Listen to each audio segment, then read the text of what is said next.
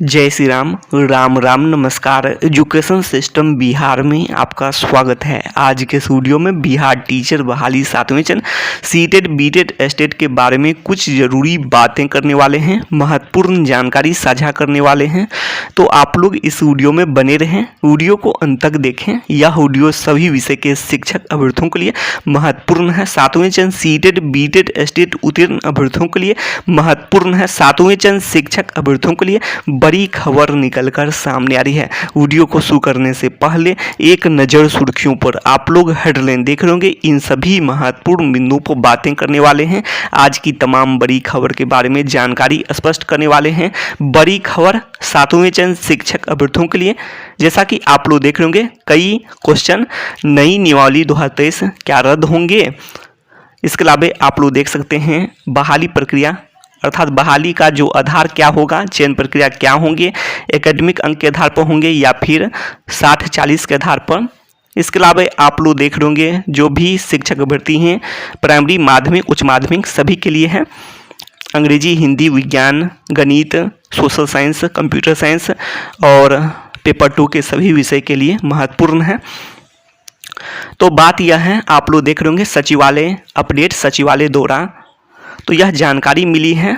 आप लोग देख रहे होंगे प्रधान शिक्षक बहाली में, जैसा आप लोग जानते हैं कि जो परीक्षा पर भी रोक लगाई गई, उससे पहले जो कोर्ट केस हुए थे और उसमें भी जो चयन प्रक्रिया में बदलाव किए गए थे।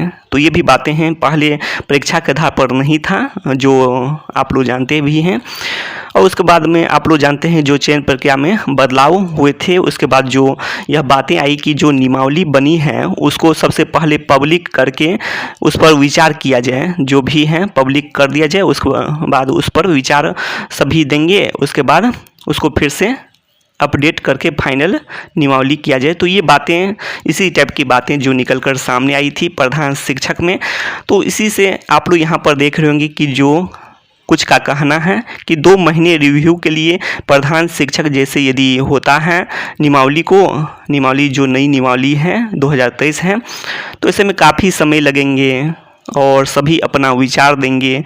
तो ये भी बातें हैं, पब्लिक किया जाएगा ड्राफ्ट को सबसे पहले, जो भी नियमावली है उसके ड्राफ्ट को पहले पब्लिक किया जाएगा, उसके बाद विचार विमर्श के बाद इसके बाद इसको फाइनल होना है। तो इसमें काफ़ी समय लगेंगे, यही कहना है कुछ का। और ख़ास करके जो अंग्रेजी विषय के अभ्यर्थी हैं वो तो जानते हैं बहाली का आधार एकेडमिक हो या फिर 60-40 हो, नौकरी तो पूरी तरह से पक्की ही है। तो चाहते हैं कि जल्द से जल्द बहाली प्रक्रिया शुरू हो जाए, जिससे सभी अभ्यर्थियों को नौकरी पक्की हो सके। और अंग्रेजी विषय के अलावा अन्य सभी विषय में भी जो आप लोग भाषा विषय के जो अभ्यर्थी हैं, अंग्रेजी, हिंदी, उर्दू, संस्कृत, तो इसमें तो नौकरी पूरी तरह से, इसमें कोई समस्या ही नहीं है। इसके अलावा जो विज्ञान में भी कोई समस्या नहीं है। इसके अलावा गणित में बात करें तो गणित में भी पेपर 1 और पेपर 2 भी हैं। और इसके अलावा जो रिक्तियों की संख्या बढ़ जाती है और बढ़ना भी है, तो ये भी बातें हैं जिसके कारण समस्या नहीं है। और कंप्यूटर साइंस में भी जो 9033 पद की जो पेपर के माध्यम से खबरें निकलकर सामने आई थी, तो ये भी बातें हैं। तो ये संपूर्ण पदों पर बहाली होती है, सभी पदों पर बहाली यदि हो जाती है तो इसमें भी उतना समस्या नहीं है। बहाली का आधार यदि कुछ भी हो, तो ये भी बातें हैं।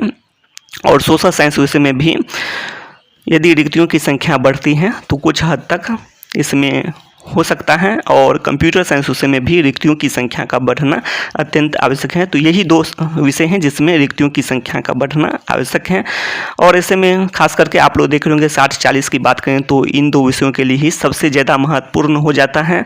और आप लोग देख सकते हैं कि जो इसमें रिक्तियों की संख्या यदि बढ़ जाती हैं तो ऐसे में बहाली का आधार कुछ भी होता है तो उतनी समस्या नहीं आ सकती है। तो ये भी बातें हैं। इसके अलावा आप लोग देख सकते हैं जो काफ़ी समय लगेंगे, तो ये भी बातें हैं 7वें चरण के लिए। और नियमावली 2020 में तो यही कहना है कि जो कुछ अभ्यर्थियों का कि जो नियमावली 2020 में ही कुछ कंडिका जोड़ करके संशोधन कर दिए जाएं, जहां भी नियमावली 2020 में कमी है तो कमी तो होगा ही।